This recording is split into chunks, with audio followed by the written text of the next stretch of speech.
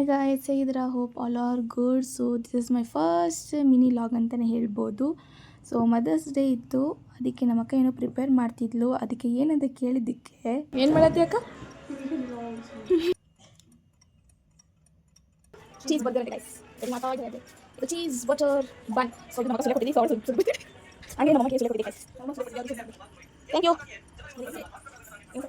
ಇವಳು ಬರೀ ಡೌನ್ ಮಾಡ್ತಾಳೆ ಗೈಸ್, ಬರೀ ತಿನ್ನೋಕ್ಕಷ್ಟೇ ಬರ್ತಾಳೆ, ಏನೂ ಮಾಡಲ್ಲ ಗೈಸ್. ಇನ್ನೊಂದು ಏನು ಗೊತ್ತೆ, ನಮ್ಮ ಮನೇಲಿ ಒಂದು ದೊಡ್ಡ ಸೋಫಾ ಇದೆ ಗೈಸ್. ಅದು ಏನಾಗಿರುತ್ತೆ ಯಾರು ಗೊತ್ತಾ? ಇವ್ರೆ ಒಂದು ಕೆಲಸ ಮಾಡಲ್ಲ ಗೈಸ್, ಹೇಳಿದ್ದೇನೂ ಮಾಡಲ್ಲ.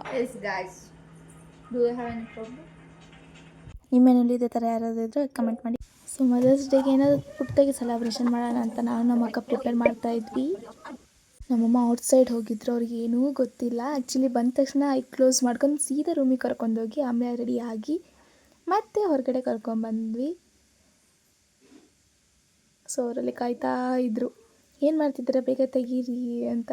ಸೊ ನೋಡಿ ಅಲ್ಲಿ ಹೆಂಗೆ ಸ್ಮೈಲ್ ಕೊಡ್ತಾರೆ.